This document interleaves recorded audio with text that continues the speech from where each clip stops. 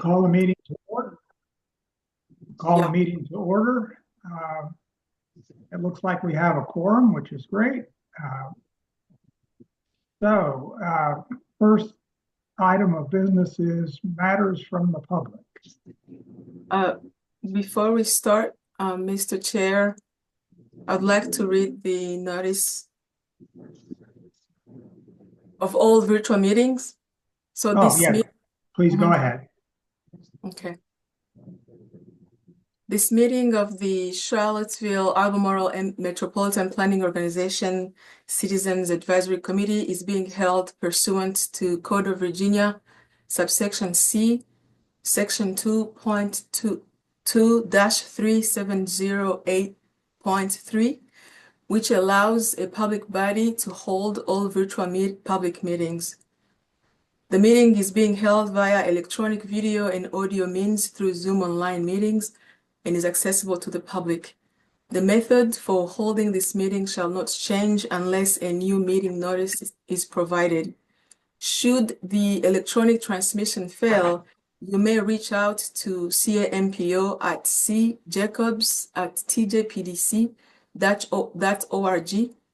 Notice has been provided to the public through notice at the TJPDC offices and to the media on the MPO and TJPDC websites posting an agenda. The meeting is held pursuant to the remote electronic participation and all virtual meeting policy is adopted by the MPO Policy Board, August 28th, 2024. The meeting minutes will reflect that the meeting was held electronically. The meeting minutes will reflect that the meeting was held by electronic communication means and the type of electronic communication means by which the meeting was held. A recording of the meeting will be posted at www.tjpdc.org within 10 days of the meeting. As a reminder, the code requires that the public is able to both hear and see the voting members of the Citizens Advisory Committee throughout the meeting, and that a member will be considered absent from any portion of the meeting during which the visual communication is voluntarily disconnected. Thank you. Okay, and I presume, Sarah, you're able to get the attendance from the Zoom screen. Yes. I think it'd be helpful, Chair Condor, for our official minutes and the recording if we did a quick read through with a audio so that folks can hear if they're not able to see on the screen who is present and who is not. Okay. Would that be okay? Sarah, do you want me to read those or are you prepared to do that? I am prepared to do it. Very good. Yep. Mr. Condor? Here. Ms. Chan? Here. Mr. Gardner? Mr. Jose Gomez? Gomez, here. Mr. Patrick Healy? Here. Mr. Ethan Kyle? Present. Miss Sarah Medley? Here. Mr. Marty Meth? Here. Mr. Nathan Moore? I'm here. Mr. Danny Yoder? Mr. Peter Thompson? Present. And Mr. Greg Weaver? I don't see him. Mr. Charles Proctor? And Here. I'm here. Okay. And Miss Sandy Shackelford? I'm here. Thank you. Okay, so then we can proceed with matters from the public. Don't see anybody here. I want to make one quick comment. I attended one of the Safe Streets for All presentations that had an opportunity for participant feedback. And one observation was that one of the highest causes of serious accidents is roadway departure. People run off the road. And, logically, that type of accident mostly occurs in rural areas where the roads are not engineered. I mean, pretty much paved over cart paths. So they have varying radius curves and curves without any super elevation. There's frequently no sidelines and sometimes not even a center line. So, and then you have hazards like deer and ice and things like that tend to make matters worse. But yet those roadways don't, those type accidents aren't frequent enough in any given 5-mile stretch to make any portion of those roads, meet the list of high hazard areas. So they sort of get ignored. So it was just an observation. I don't know if there's anything you can do about it. It is what it is, but I thought it was interesting because the group I participated in cited, engineering as probably the biggest area for emphasis on the Safe Streets for All program.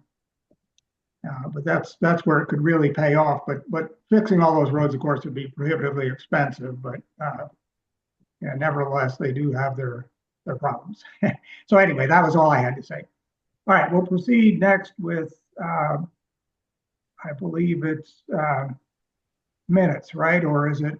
I can't see the agenda here. I'll say. Oh, would it be okay if I share the agenda?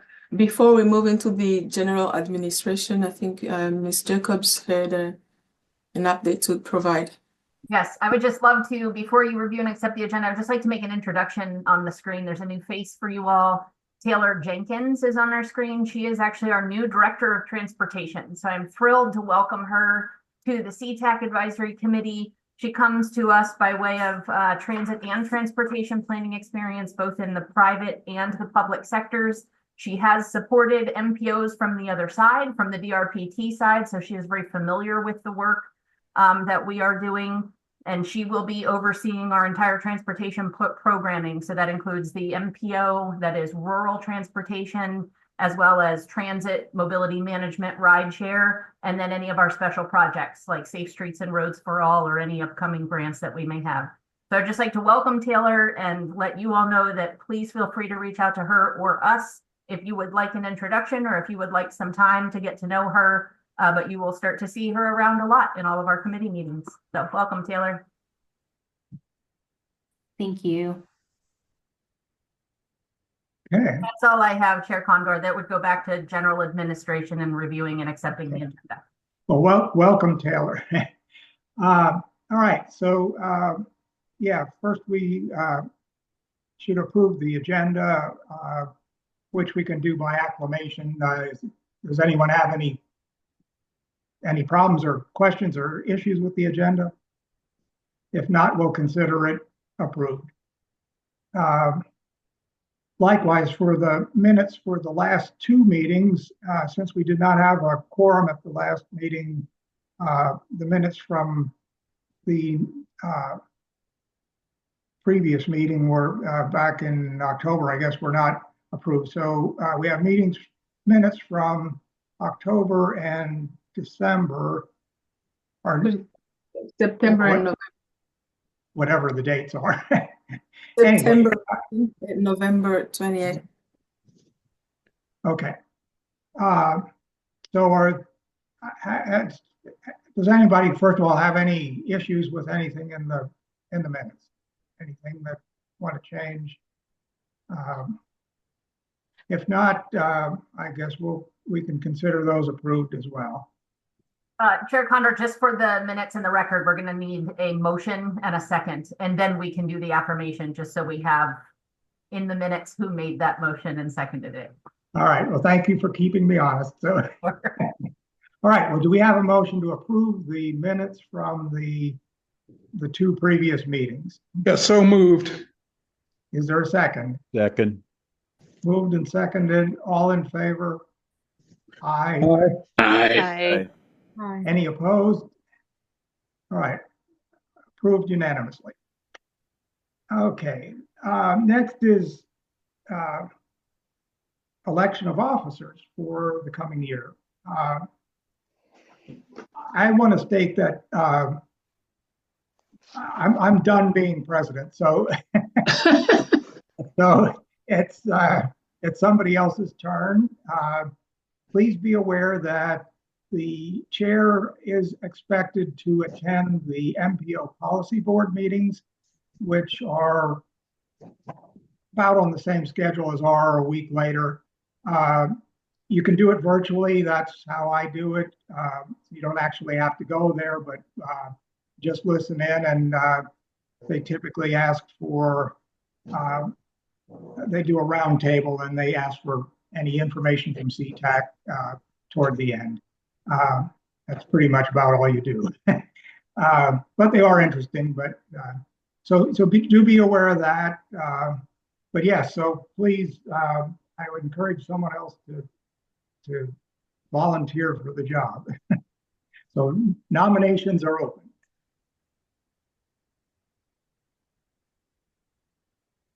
Any takers?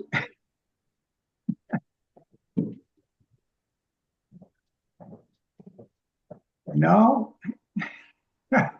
Well, the other thing is, I think my appointment runs out this year. I think this is my appointment to the CTAC expires in June, something like that, of 2025. So I may not even be here for the whole year.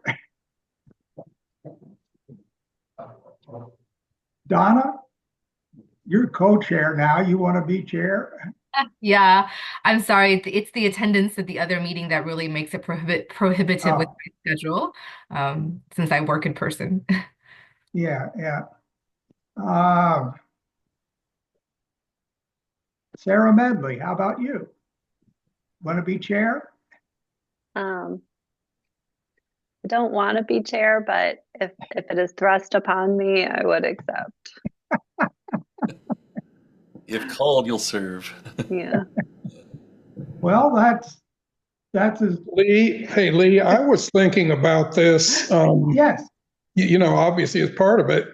And I would like to encourage the younger members, because a lot of what we do are looking at 2030, which for me is accessible. 2040 is starting to get out there. 2050 is amazingly, optimistic for a guy like me. It's basically the younger people's world that we're talking about a lot. And I say younger from my age point. So I would encourage Sarah and others to step up and, take your cuts as officers. Yeah, I agree. And so, Sarah, if you're willing, I think I nominate Sarah. So, are there any other nominations? If not, can Donna hang in as co-chair? Well, we'll get to co-chair next. But, okay. So I guess we'll take a vote. All in favor of Sarah for chair, say aye. Aye. Aye. Looks like Sarah's got it. Okay. All righty. Go. Thank you. So take over. Appreciate your trust in me. A co-chair. And just for a reference, again, the co-chair is expected to attend the technical committee meetings, which I guess, Donna, you're the current co-chair, are you not? Yeah, I'm the vice chair. I believe the expectation is I attend those meetings if you cannot. Yeah. Okay. So well, Sarah, go ahead. Ask for anybody else wants to do it. Does anybody want to be the vice chair is the position? Yeah. Or co-chair? Chair. And I can say the vice chair's primary role is to serve as chair should Sarah not be there, or to sit in her position at the policy board meeting should she not be there. If chair and vice chair cannot, you can ask another member to attend on your behalf, Okay. or the CTAC member is just not present for that meeting. Is anybody willing to have this position thrust upon them? I see Peter smiling. I have heard you say good things in meetings before. Would you be interested? I still feel really new to this group. I mean, I've only been 1 year and I missed at least one meeting last year. I'm still trying to get my bearings on even what we're supposed to be doing. So if there's, and I certainly, to Patrick's point, I also don't fit in the young crowd. I don't know how I would necessarily fit into the young crowd either, but I'll accept that in this setting. I'm not. I just took chairing a committee for Charlottesville Tomorrow Board. So I've already just grabbed a new leadership role for this year. That's kind of heavy responsibility. I'd as soon not take even a vice chair role if there's someone else who's willing and able. If nobody else wants to do it, I can continue my role as vice chair. It's lower in expectation compared to the chair position, but Sarah, we can definitely work together. Thank you, Donna. I would appreciate that. Thank you, Donna. Yeah, looks like Donna is it.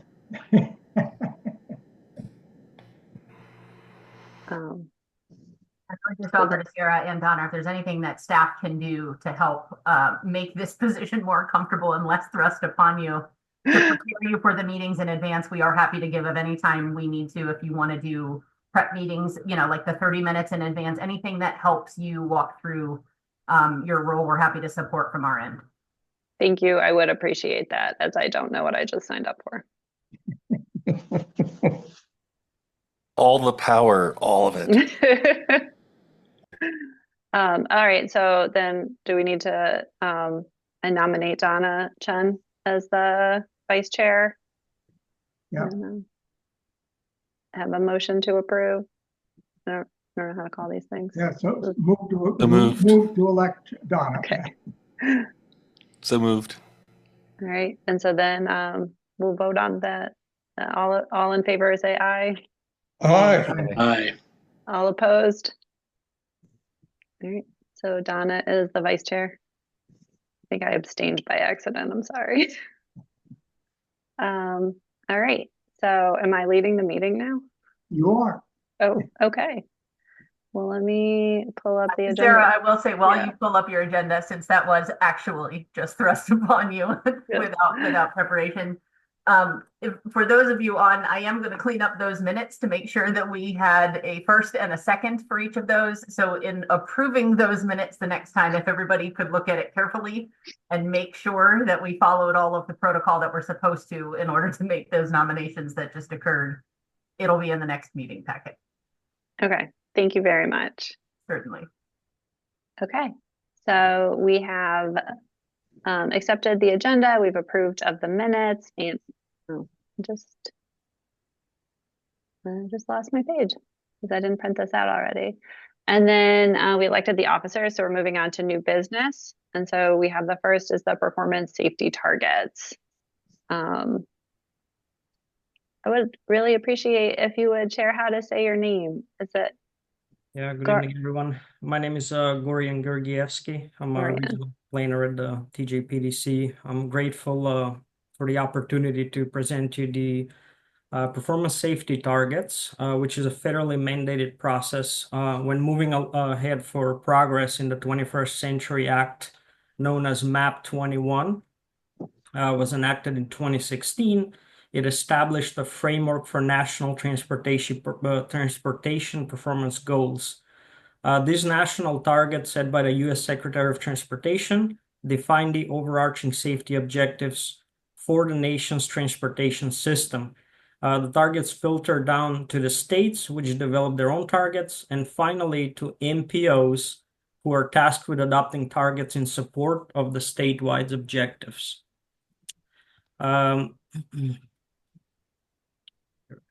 The primary reason we adopt safety targets is to comply with federal funding requirements. While the MPOs are not directly held accountable for meeting these targets, the responsibility lies with the states. With the state, our targets are meant to assist the state in achieving its goals. So every 4 years, we review the state safety targets comprehensively, and annually we adopt our own targets to align with these efforts. The state provides us with valuable data and tools to help us determine our regional targets. So historically, this MPO has adopted its state targets. However, in 2023, they took a different approach by adopting the alternative targets. And in 2024, we transitioned to aspirational targets that are aligned with our comprehensive safety action plan, also known as Move Safely Blue Ridge. Today, I will talk a little bit about the process and the result of the last Charlottesville Albemarle MPO Tech and Policy Board meetings. So the state provided data to illustrate the safety trends, including recent and long-term projections. So when we establish safety targets, we focus on 3 key metrics: the number of fatalities, the number of serious injuries from roadway incidents, and the number of non-motorized fatalities and serious injury. Regardless of which targets the MPO Policy Board choose to adopt, we remain fully committed to improving safety for everyone who uses our transportation system. It's important to recognize that some state-level targets may show an increase in the number of fatalities and serious injuries. This is because the targets are data-driven and reflect actual trends, which sometimes project increases. In such cases, the goal shifts to minimizing the rate of increase rather than achieving an immediate reduction. While this may seem counterintuitive, it underscores the importance of using data to inform our strategies.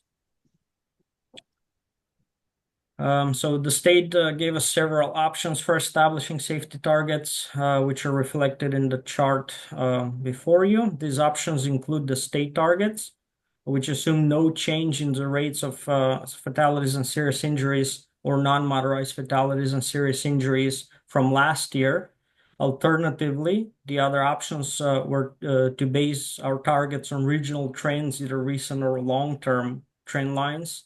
So the recent trend line showed a significant increase in fatalities and serious injuries, while the long-term trend line indicated a smaller increase in fatalities and a slight decrease in serious injuries.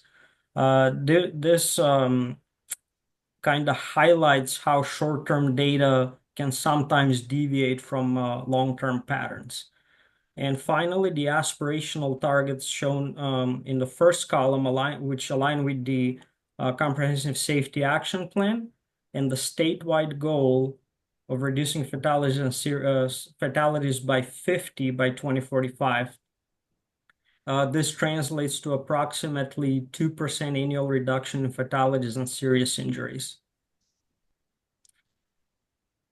This chart just shows what the MPO chose to adopt last year and what they adopted this year. So I wanted to mention that through thorough discussion and based on the recommendation from the MPO Technical Committee, the MPO Policy Board decided to adopt the aspirational safety targets for this calendar year, which, as I mentioned, align with the Comprehensive Safety Action Plan.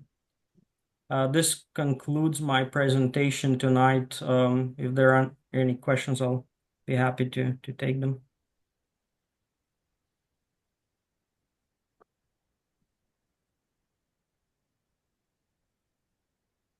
I have a question. What happens with this data? Is the planning district supposed to report on this, like how we achieved our targets? So, and are we graded on it in some kind of way? That's a great question. In the agenda packet, the response letter was included. So in that letter, we provide the targets that the MPO Policy Board decided to adopt it, and then we send them back to VDOT. So if this MPO chooses to, whichever targets the MPO chooses to adopt, the goal is to help the state achieve its goals. Because as I mentioned, the MPO is not held accountable for meeting these targets, but the states are. So all we do is try to help them achieve their goals. A question on this. Oh, sorry. Go ahead, Sarah. I was just wondering, what are we doing to achieve the aspirational targets? If there's not any particular change, we're just seeing the trend line kind of go up, but we're like, no, we're going to go down. And I was just wondering kind of how that becomes reality. Yeah, that is another good question. The reason why we chose the aspirational targets is because this TJPDC, but also part of the Charlottesville Albemarle MPO work on the Comprehensive Safety Action Plan, the Move Safely Blue Ridge, which the main reason for the project is to comes from the Safe Streets and Roads for All initiative, which is a federal program to reduce the number of fatalities and serious injuries. So through this project, it will enable us in the future, after a comprehensive safety action plan is developed, it will enable in the future to apply for implementation grants to do implementation projects on the roadway that we travel. If I can follow up, so if we miss the targets a few years, then it makes a stronger application for the safe streets and roads in the future? Not necessarily. I mean, as I said before, we're not held accountable for meeting these targets. So Okay. yeah, it's really to help the state achieve its goals. Okay, thanks.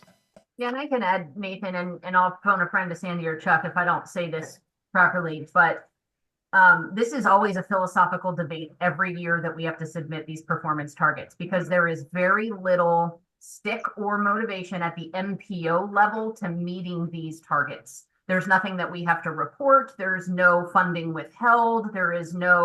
This is really saying, what is the MPO's goal? And how are we supporting the state in reaching theirs? And so we often have to have this philosophical debate, because some folks come at it saying, well, we should say 0 fatalities are acceptable, right? But there's also this reality we know that is an aspirational target that is unlikely to be met because of driver behavior, because of things that are outside of the control of the MPO or the state. And so then we have to come somewhere in between and say, well, what are we going to say is our goal, even though we recognize that it's really a theoretical goal that we're doing to help VDOT. It is not coming back to the MPO or the local level to then meet these aspirational targets.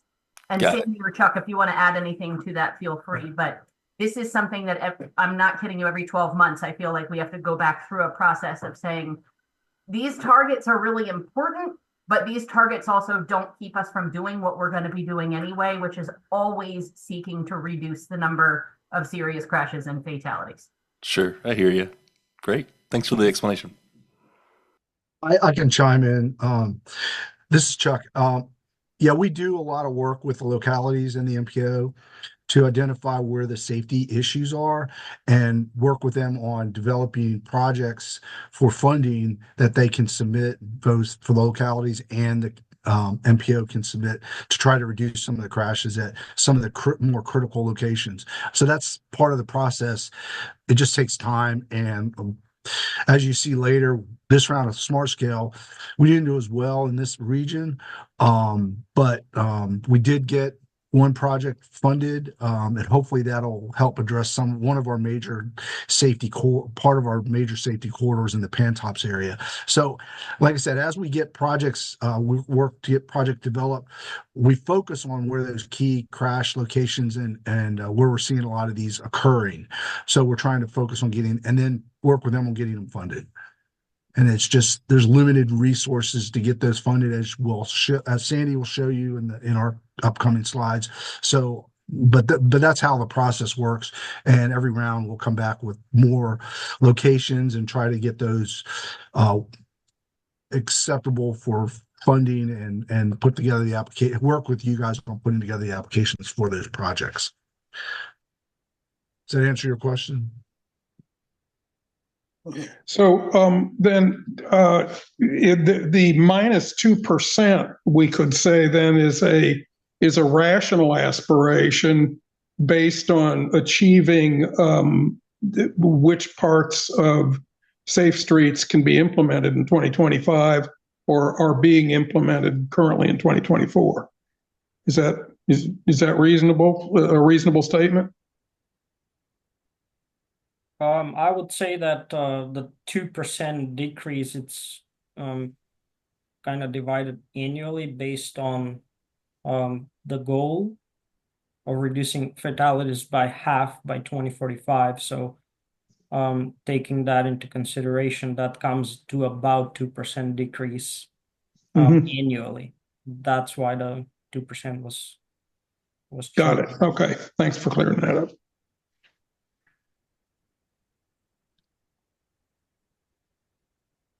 Okay. If there are no more questions, we can move on to the next part of new business, the RAISE Grant 2025. Christine? This is an informational item just to let you know where we are with this. For those of you that have been involved with the MPO for a while, you will be familiar with this. For those of you that are new, I'm just going to share a very brief background. So the MPO applied several rounds ago for Smart Scale to do a bike pedestrian bridge over the Rivanna River. And that was not scored very well through Smart Scale for many reasons, lots of contingencies, lots of unknowns about the project, very high cost. And so with support from the MPO and the TJPDC, we applied for a RAISE grant, a federal rebuilding American infrastructure with sustainability and equity. That's what RAISE stands for. We applied for a grant in the 2023 round. It was actually scored as a project of merit, which means it was in the highest tier of scores and automatically advanced for a second round review. It received great feedback from the USDOT team. However, it was not selected because of the competitiveness and the number of applications, the limited amount of funds that they had. We were highly encouraged to resubmit in 2024. We did so. So we submitted it again last year. It was again scored not as a project of merit, but as a recommended project, which is 1 point different from a project of merit. So it still got very high scores. In our debrief with USDOT, they did encourage us to continue to submit it. It wasn't selected because of how competitive the grant is. So we are now hoping for and thinking that the third time is the charm. We are looking to resubmit in 2025 a RAISE grant application. This will be for the first 30% preliminary engineering phase of the project so that we can reduce some of the contingencies, get some more known information so that we have a more competitive application for implementation for the second and third phases, excuse me. So we went before the Thomas Jefferson Planning District Commission for support. They supported us resubmitting with a resolution, and then back to the MPO Policy Board in their December meeting, they supported us resubmitting. So just letting you all know, we will be sharing more information with you later, but we are feverishly working to get an application in by next Thursday for what we hope is third time is a charm for the preliminary engineering for that Rivanna River bike ped bridge. Happy to take questions. We are putting as much as we can into it. We are seeking letters of support from our senators, from all of our project partners, community partners, PDC, all of that, and are in the final stages of working through the budget. We got all of the cost estimates from VDOT back. Now we're putting the admin budget together. But just wanted to let you guys know, if you're hearing about it, we have not let that project go away. We are still committed to trying to seek funding to get it done, and hoping that this is the year that we are successful. So that's my project update. As we submit the application and we have more information, we're happy to share that with you all in future meetings if you're interested in really getting down into the details. Thank you for that update. Are there any questions about that project? Comments? Well, best of luck. I do a lot of grant writing and submission myself, so I know sometimes resubmitting really does do the trick. All right. So if we're ready to move on to staff updates and the meeting schedule, Gorian, if you wanted to take on the Safe Streets and Roads for All. Thank you again. Just wanted to give a brief update on the project. We wrapped up round 2 of engagement. To remind everyone, round 2 of engagement was to ask the public what kind of projects they think would make the most difference when it comes to reducing the number of fatalities and serious injuries. So with that, we held 12 pop-up events, about 2 per jurisdiction at TJPDC. To promote the Move Safely Blue Ridge project and gather the community feedback. We conducted a community survey to identify the roadway safety enhancement projects. We analyzed the survey's responses to identify the potential solutions based on that input. We also featured the Move Safely Blue Ridge project in the discussion with Let's Talk Albemarle podcast. We held 2 virtual public meetings on December 11th. We had our stakeholders meeting just last week. Currently, we're working on the City of Charlottesville demo project. We're in the coordination part of that. So the coordination is going to be the implementation of a project at the East High Street and Mead Avenue. We're preparing to do a survey launch in February to gather feedback, which will run through March 7th. We're organizing a public meeting to seek input on which implementation projects residents believe will have the greatest safety impact on that intersection, which we have 3 solutions from they can choose from. Or vote on, then schedule that one is scheduled for February 25 at 5 p.m. I can provide the location at a later time. The upcoming efforts will be the draft development of the Comprehensive Safety Action Plan for preparation and for review. And then round 3 of public engagement, which will be focused on gathering the feedback on the draft Comprehensive Safety Action Plan itself. That's all I have for the updates. Thank you. Thank you so much for that update. And as I am the chair and I feel a little bit more empowered to understand what's going on, what can we do on this board to support the Safe Streets initiatives and to help to make more pedestrian friendly road? Like, how can we be involved and what maybe should we be doing? Do you have any suggestions? I mean, we definitely plan to come out before you with the draft Comprehensive Safety Action Plan and seek your feedback on it. And what do you think the citizens will have to say for that plan? I think that, and then Sarah, I would also add, part of our, I guess, overarching goal with this, it's always important to have a plan, right? But the implementation is really where the change happens. And so part of our scope of work for this, and I'm working with the consultants, is to better position our local governments to be able to apply for funding for implementation, for actual projects. And so certainly that is a local decision that is up to them which projects they choose, when they choose to prioritize them, and if they choose to apply for implementation funding. But I would say one thing that is really helpful for citizens is to make sure that you are making your voice heard when those projects come up, that you do have interest in them applying. And I know that leans in towards the advocacy and not the advisory, but I think it's really important for our local governments to be hearing from citizens on, you've identified these priorities. Here are projects that we know are eligible. We support you, like applying for implementation funding in order to get those things done. So I think that's another thing where citizens in general, but also CTAC can support our region in really reducing those serious crashes and fatalities. Following up on both of those, yeah, I am curious and would love to see more of that come back to us, not just as a report, but what we can be doing. And I'm wondering, there's so many groups right now working in this space around transportation, walk friendly, et cetera. The Charlottesville Area Alliance that I'm a member of, TJPDC is a member of, working on age friendly, livable Seville, the Downtown Charlottesville group, Move to Health Equity, the health district, the built environment is part of the public health issues they're cognizant of. And Piedmont Mobility Alliance through PEC. And I keep wondering what opportunity there is for a convening of some kind around these issues with so many different groups and sharing how we can work together. What are the pressure points that we can apply as different coalitions?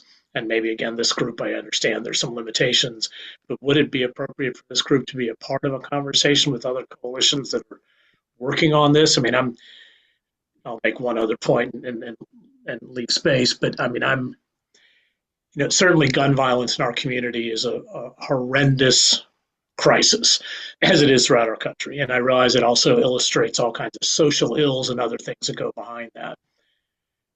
And it stuns me how much energy and attention we give to gun violence, and we just write off that people get run over in our community constantly. I mean, fatalities and major injuries on our roads are much worse than gun violence in our community. And people just seem to accept it. And I know that's a national trend too.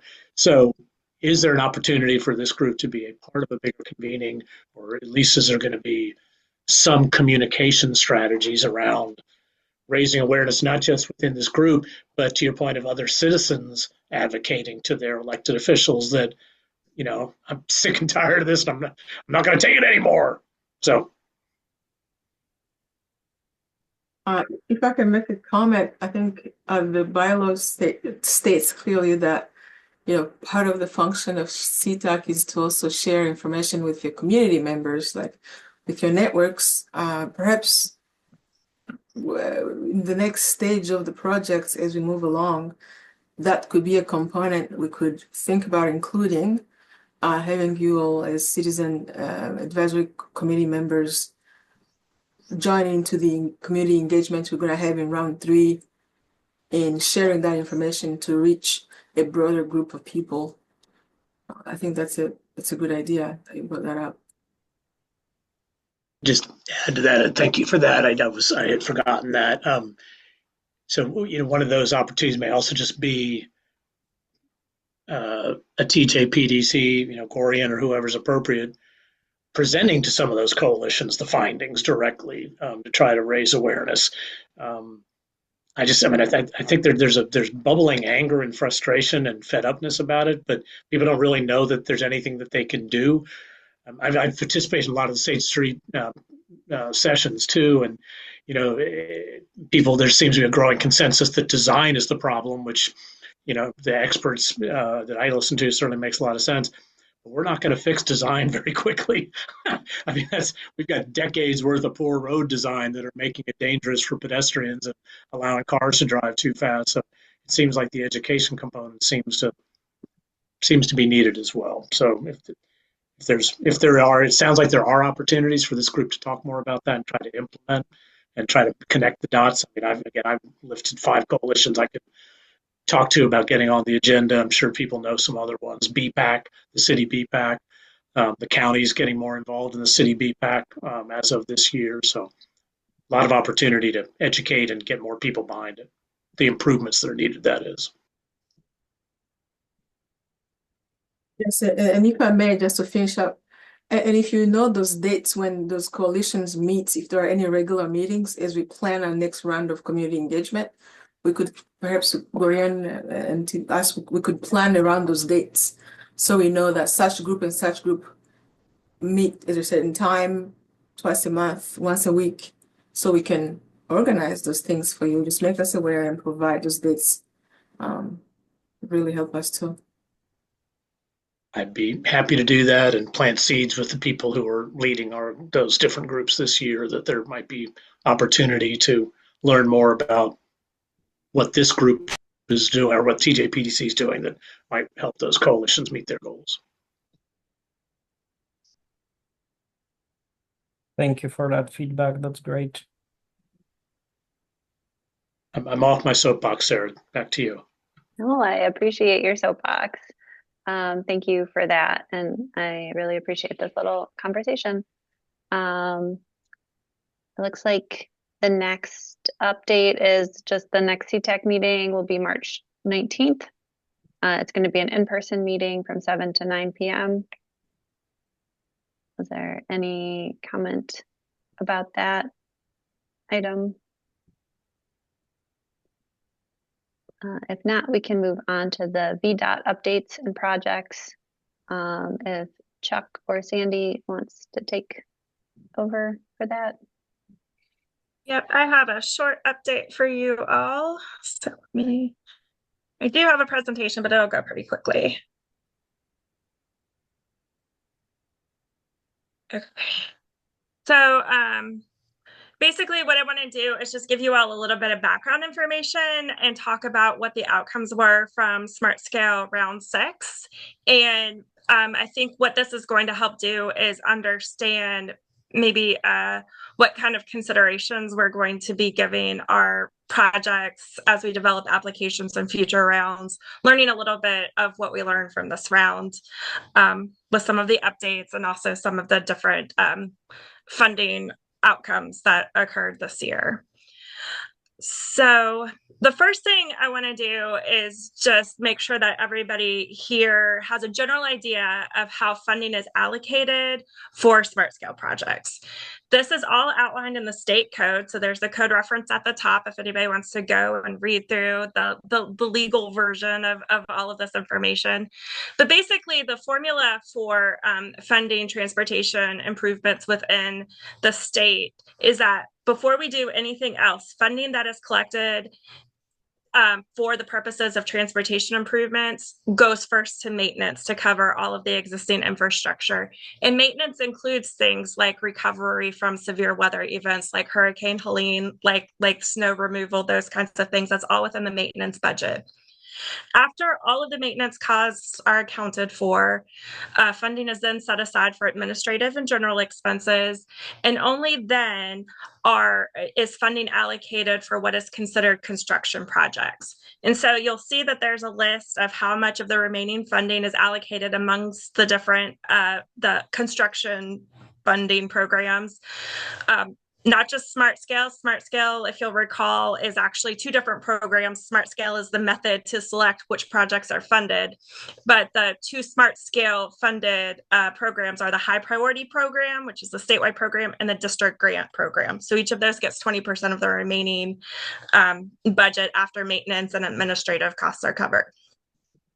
What we saw this year is that there was an increase in maintenance expenses due to things like Hurricane Helene that resulted in nearly a $510 million transfer that was originally planned for construction that had to go back to maintenance to cover deficits.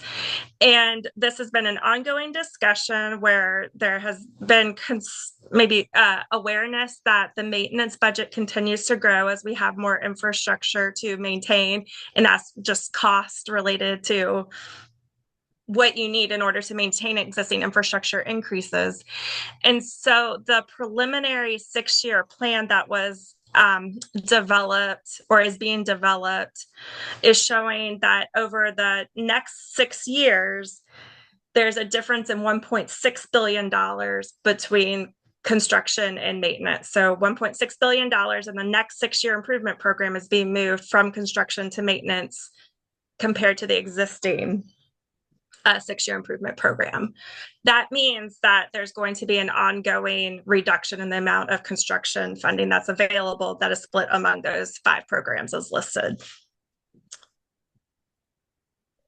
The other thing that is going to show a decrease in the amount of funding that's available for construction this year is related to the implementation of the wholesale fuels tax. This was an additional tax that was put into place in 2020, and the revenue that was generated is applied. If you're basically, according to this chart, there are some exceptions, but for the Culpeper district, all of the new funding that was generated from the wholesale fuels tax is going into the Culpeper district grant program. It all stays within the district. What happens though is that VDOT funds projects 6 years out. So when a project is identified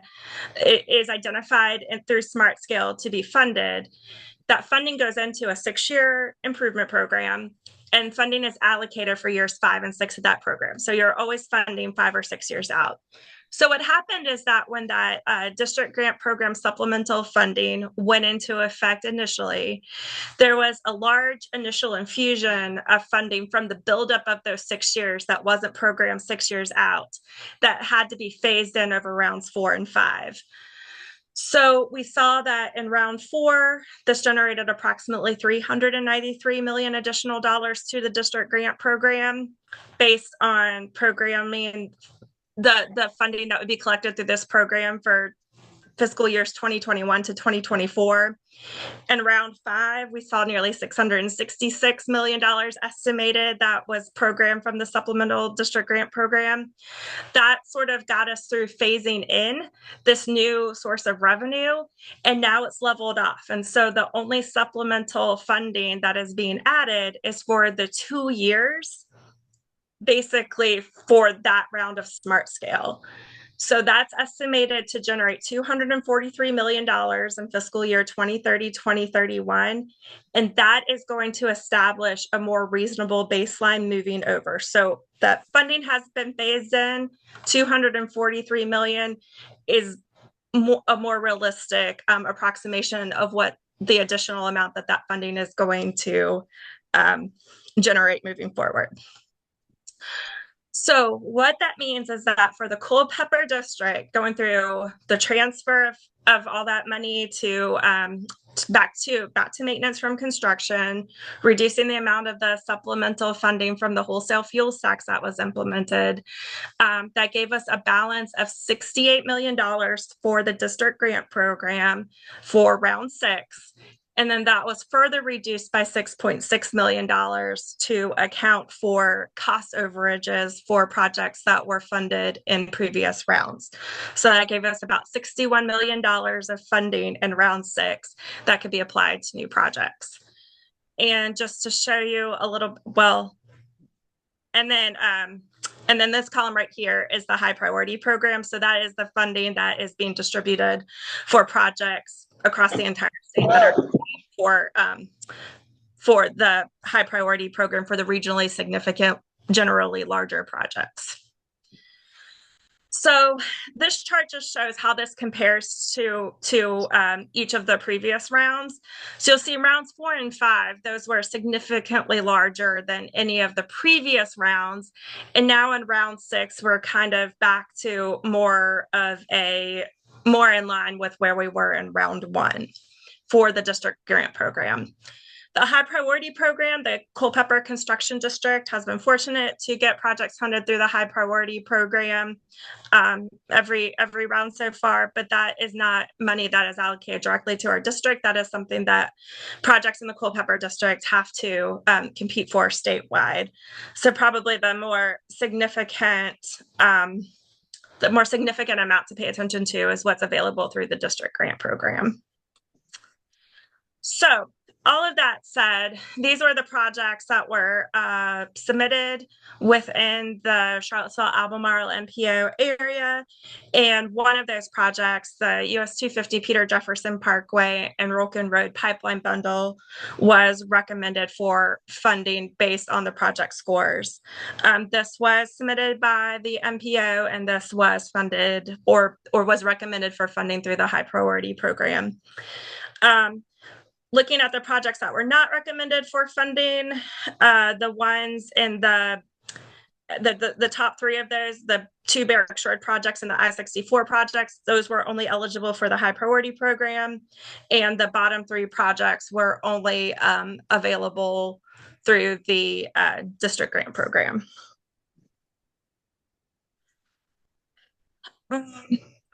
So I know that we had talked within this committee about some of the changes that were being implemented in round 6 compared to round 5. If you have questions about this, we can go over this. But we have spent a little bit of time looking over initially to see how some of these changes may have impacted the outcomes of the projects. And so these are some of our initial observations. It was the intention of the changes to the scoring methodology and land use to change land use from a standalone score to a multiplier.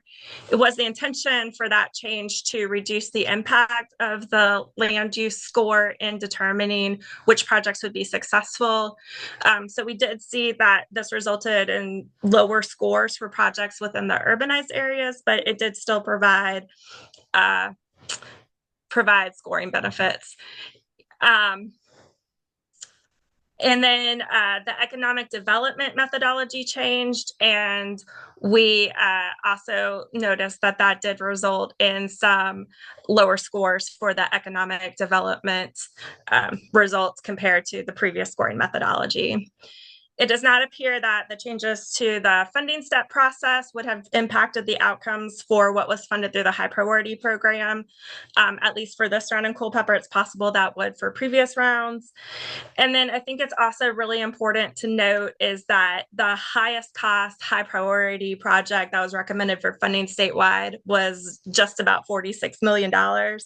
So if you go back and look at this previous slide, you'll see that all of our high priority programs were significantly higher. And Chuck just sent me a message, and it was funny because as I was reviewing the slide, I realized that I left off the Rio Road peanut roundabout as well on this project. That was also not recommended for funding, and I can update the slide and send out that correction so you have a complete and full comprehensive list for reference if you need it. I had a quick question, Sandy. I just don't remember. Maybe you just said this and I missed it. It was the recommended for funding that 250, Peter Jefferson Parkway, Rolkin Road. Was that for the regional or for the high priority? It's a high priority. Okay, thank you. That was funded through the high priority program. Yeah.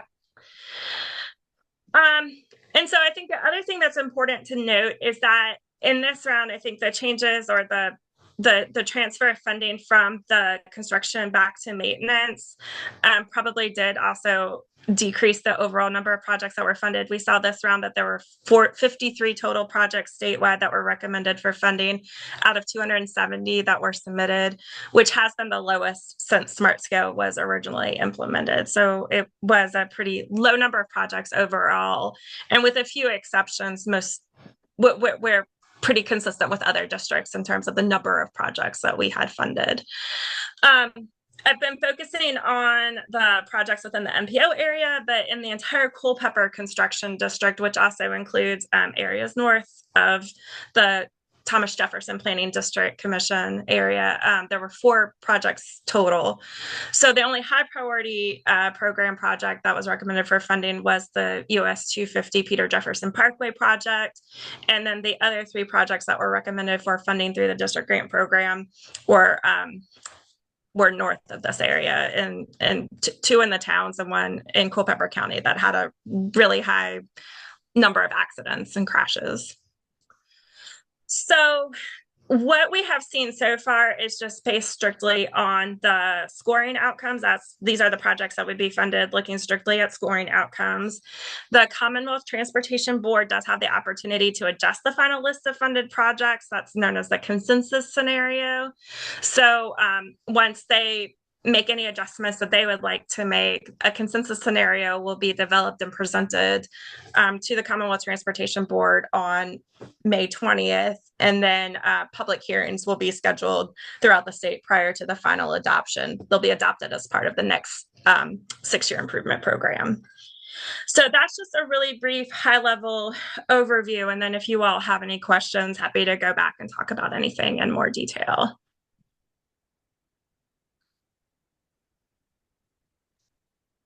Thank you very much. I don't have any questions, but if anyone else does. I do kind of long-term thinking with projects like the Barracks Road improvements that we were looking at between Emmett and Georgetown. That was kind of much ballyhooed, and I remember the public comment was very thorough. It's a very high price tag. Are there any funds anywhere in the state that can, support a project of that size? Probably not just using state funds. Yeah. Chuck can jump in because this is something we talk a lot about. I think there are a couple things. For some of these projects, sometimes there are less expensive alternatives that are identified that maybe don't have as many benefits, but could still have some benefits that would be less expensive to implement. So you can consider some of those things. And then I think there's a lot of discussions that we have to have about what opportunities there might be to leverage other kinds of funds that could be applied either in addition to Smart Scale or instead of Smart Scale. Do you want to add anything, Chuck? I mean, what we saw across the state, we did in this district, but a lot of projects that were funded, they had leverage fund, meaning that there were other funds applied to the applications to buy down the cost of the project. That gives them a higher score. Because basically your score is your benefit score divided by your cost. So it's if you reduce the cost, that means your benefit score doesn't get dropped as much. So if we could go back to look at some of that also. The other thing we'll probably end up doing is re-looking at some of those. I know with Barracks Road, we had some other alternatives that we considered. We may want to look at going back and readdressing, looking at some of those to see if they'll still solve some of the safety issues, because those aren't going to go away. They're going to continue to be there and get worse. So we're going to have to fix the problem. It's just how do we fix it? If we can get something funded that's not what we adopted, but it's still something that's supported by the public, then I think that's something we can pursue. But we'll work with the MPO over the next year or two to see what they want to do on that project. Fifth Street's the same way. I know that was one of the ones that's a high priority also. High safety crash location at both intersections. We also have queuing on the ramps that's backing down almost to 64 that we've got to address. So we're actually we're going to talk about the next part of it. Are there any other questions before we talk about the pipeline and STAR studies? No, I just want to add commentary and Chuck, please correct me if I'm wrong. This is not my background. But it's also important to note that a lot of areas where they are leveraging additional funds, they also have transportation authorities where they had dedicated revenue sources coming in specifically to be able to contribute funding towards transportation projects. And so that's another thing for our region to really be just mindful of, is it's not just that the local governments are contributing local funding in order to bring down that score, but that they have revenue sources coming in intentionally designed to do that. And Chuck and Sandy, please, I'm always comfortable being corrected when I'm wrong. That's true. Hampton Roads, Richmond, and Northern Virginia all have authorities. Even Salem District they get an RSTP funding, which is federal earmark funding. So there's a lot of other, especially for the high priority funding, we're competing against those regions for that funding, and they actually have resources that we don't necessarily have that they can put towards those projects. So I mean, we're trying to do our due diligence in making the projects, when we start to put them together, fundable. We did very well this time. 75% of our projects scored above the 50% median across the state. All of ours were in the top 65%. We're doing better than any other district when it comes to that. For funding we brought $93 million into the district to fund projects. That's the third highest in the state. So we're doing a good job trying to get these good projects developed and submitting them. It's just there's not enough money. And we'll just have to every round go back and relook at what we've got, what we've done in the past, and see what we can do to refine it a little bit more to where it make it more competitive. Did I read that we're starting up a regional transit authority here, or was that still tentative? That is correct. As of right now, the enabling legislation allows for a regional transit authority. It is not a transportation authority as it is in other places within the Commonwealth. So both the City of Charlottesville and Albemarle County have, through their governing boards, decided to enact the enabling legislation, which means this been on the books for many, many, many years. They are now saying, let's authorize that authority to begin to do work, so that one, it can legitimize the authority and show that regional work is happening, but then think of a long-term vision of what it's going to require at the General Assembly level in order to either change that from transit to transportation and or seek dedicated revenue to support transit or transportation. Right now, the enabling authority does not have any revenue associated with it. It is only allowing us to form the authority. You'll have to entertain me a little bit more, because what's the difference between a regional transit authority versus a regional transportation authority? Great question. Transit allows for all of the revenue to be dedicated only to transit projects, whereas transportation can be transit, which is all of the public transit, as well as roadway, rail, air, any other form of transportation. They can take that revenue and they can, by policy, adopt what it is that they're going to do with that revenue if it were to be approved at the General Assembly level. Again, not my background, so anybody else on the call that knows more about this than me, I'm always happy for there to be additional comments to help me. And then just Yeah, I'll add, I was going to add that it also covers bike ped projects, which the change in the smart scale regulations this time actually made it harder for those projects to get funded through smart scale, because you don't get as many of the bonus points. It's still a multiplier for the score, but before, the land use score was really helped getting those projects funded. So that funding can go to those and in Northern Virginia, some of those are like in Alexandria and Arlington, they use a lot of that revenue for those bike ped projects.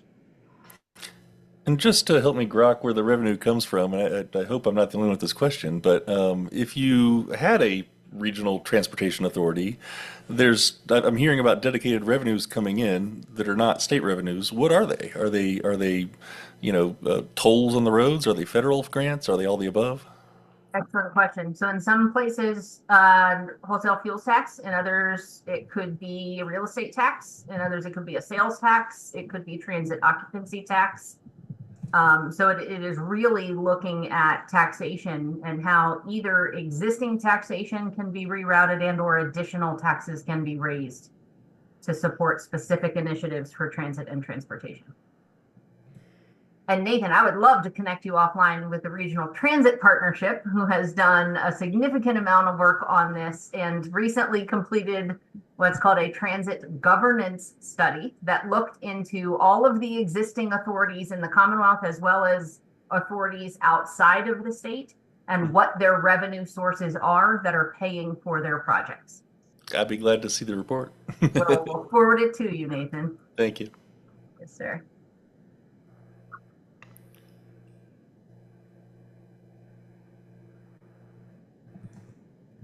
Okay. Thank you so much. Were there any other questions about the VDOT updates? Okay, then we can move on to STARS and pipeline studies. I think that might also be Sandy for Chuck. Yeah, I can cover this one sort of. The STARS studies, we've got a few in the area, one on the 29 corridor north from Barracks Road through the interchange all the way into the county up to Woodbrook. It's two studies, one's at the interchange, the other one's hydraulic north. We also have a study for the Ridge Main Street intersection in the middle of the city. And those are primarily the two studies, the STARS studies for this region. The pipeline studies, we're getting ready the CTB is going to adopt those locations at their February meeting. So, but we're looking at two locations in this part of the district. One of them is the 118 interchange at 64 and the 29 bypass. And the other one is to relook at the Fifth Street interchange to see if we can reduce the cost by amending the current project to move the bike ped facilities off the bridge. So we're going to be looking at that because 50% of the cost of the project was replacing that bridge. And if we can eliminate that cost, the project would have been funded. So we're going to look at what options we have there and see if we can get that cost down to a more reasonable amount that it can be funded. Did I cover everything, Sandy? Any questions about those? Yeah, those studies they're internal studies that y'all are doing, or is it part of like a larger application process or something? I mean, basically, we work with the localities and we want to develop applications from those recommendations from those studies. So we're working with the localities, the city, the MPO, and Albemarle County on those studies. They're part of the stakeholders group. So we're basically working together to come up with solutions. That's similar to what we did on Barracks Road and Ivy Road. Those were two pipeline studies from last round. We'll get similar type of products out of these studies that we can be submitted hopefully by the MPO for next round of smart scale. And I will say we are also looking at the park and ride lot at the 118 interchange to see if we can improve that. Right now it's just parallel parking on Teal. If we can put a park and ride lot in there that's of a reasonable size, we might be able to get some more utility out of it, and hopefully lessen some of the commuters coming into the Charlottesville city. Sarah, Chuck, did you say that there was an option to not replace the Fifth Street Bridge? I thought there was a structural issue with that. Yeah, well, there wasn't when we started looking at it because we had to do so much work on the deck. We had to replace the deck, and when they started looking at the deck replacement and the substructure, the way the substructure is integrated into the deck, we had to replace the substructure too. So that's what led to the full bridge replacement. If we don't have to put the shared use path on the structure, we don't have to replace the deck. I see. Okay. Get into the full bridge replacement. We might have to do some modifications to the median curbing, but that's probably about it.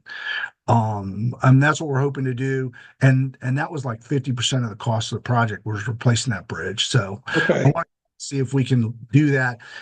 We still would have to look at a separate facility for the bike and pedestrian facilities parallel, which will have a cost, but it probably won't be $50 million or $30 million. So we're hoping we can get something that's going to reduce the cost and give us the product, same sort of products and benefits of that current project. There are existing trails right there now, which are run parallel. But in the Z axis, in the third dimension, they're below. But that might solve that problem for you. Correct. I mean, we're working with the county on where those are located and see how we can connect them in. I know they're running a trail on the south side west of the bridge, or the north side west of the bridge, that we looked at when we were actually designing the crossings on the bridge to make sure we connect to them. And we're also going to tie into the trail system that's coming in just south of the Holiday Inn site, where we got another project to put in a trail along Moore's Creek that goes over to Biscuit Run and up the hill to Wegmans. Sure. So we're looking at all that. I mean, you do have the overpass that runs along over Biscuit Run that there could be a trail along that, but it's basically getting to the development on along Fish Street south of the bridge, because that's not very integrated into that trail system north of the bridge. Right. So that's what we're trying to do. Okay. Thanks. Hey, Chuck, can you remind me which exit was 120 from Fifth Street and which exit is 118? 118 is the 29, where the 29 bypass connects crosses 64 west of town, just south of Fontaine. And Route 20 is at exit 120. Fifth Street is exit 119. No, Fifth Street is exit 120. Oh, is it 120? I thought Yeah, 20 Route exit 120. 20 is 121. Okay, 121. You're right. The Okay, sorry for that. reason why I'm asking is because the pipeline study mentions Fifth Street for exit 118 to I-64. Am I wrong? Pipeline, there are two pipeline studies. One is for exit 118 and one is for exit 120.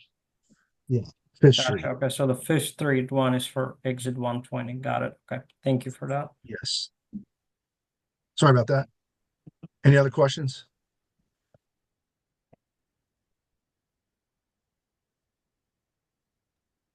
Great. Thank you all. Thank you so much for those updates. If there's no other questions, it looks like there was something about the roundtable updates that Lee was gonna lead. Oh, but you are Lee now. Sorry, Mr. Sarah. I don't know. Thank you. Yes, this was my question. I don't have any roundtable updates to share. Is there something that I should be knowing about with this? Roundtable updates, we usually go around to everybody on the committee and see if they have anything from either their prospective organizations that they're representing, transportation related, that they would like to share with the team. Thank you. Thank you for clarifying that. Does anybody have any updates that they would like to share from their prospective organizations or backgrounds? Perspective. I'm not wearing officially, I'm not representing the Charlottesville Area Alliance here today, but I mentioned it earlier. And for those who aren't familiar, it's a coalition of about 25 government, nonprofit, and for-profit organizations working to implement an age-friendly community. And the City of Charlottesville, Albemarle County, and Flamanna have all, through their governing boards, made commitments to AARP metrics about what an age-friendly community is. And transportation has been a big area CAA's been working on, and we are going to get another grant this year through AARP Virginia, working on walkability. We've done walk audits last year. We did training for some VDOT staff were there, city and county staff, community citizen members, looking at how you conduct a walk audit, and we're working with folks about how we can try to implement that more as a norm in our city and surrounding counties. We've been doing bus rider training, helping folks who have never ridden the bus and don't really know how to do it, helping them learn that. Lucinda from TJPDC helped to launch that program last year, and they're going to be doing more of that with the new PATH program, trying to build better mobility for people who can't or don't drive for one reason or another. So there's a lot happening in that space. We're not sure what the grant is this year, but we're talking to AARP Virginia about looking at rural transportation needs. John did a recent study on that, but we're looking to see if we can dig a little deeper in some areas about the challenges of people in the rural area who don't drive and the challenge to get around there. So again, a lot happening in that space, and I'll try to remember to update more on that because I don't actually remember us doing that in the past, but we'll try to remember to update on what CAA is doing going forward. Thank you. I can share that my workplace, I work at the Equity Center at UVA, and we are co-hosting this MLK event, Everybody Outside, Finding Joy and Belonging in the Outdoors, which is about increasing access to outdoors activities. There was going to be a hike on Saturday, but that has been postponed. But there will be a keynote and panel discussion. It's sponsored by Prolific, Run Club, Black Girls Hike RVA, and UVA's Office for Sustainability. I can throw that information into the chat if anybody is interested in attending. Does anyone else have any updates to share?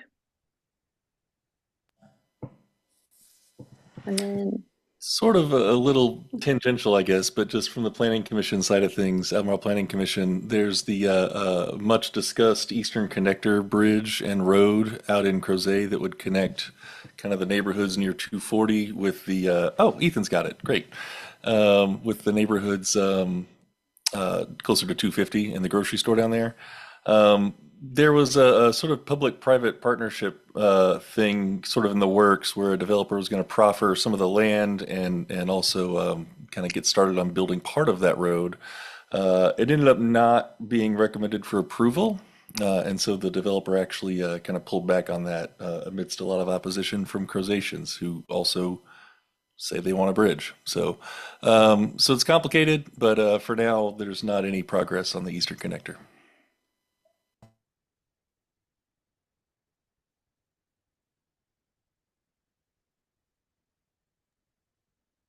okay, thank you very much. Are there any additional matters from the committee or the public?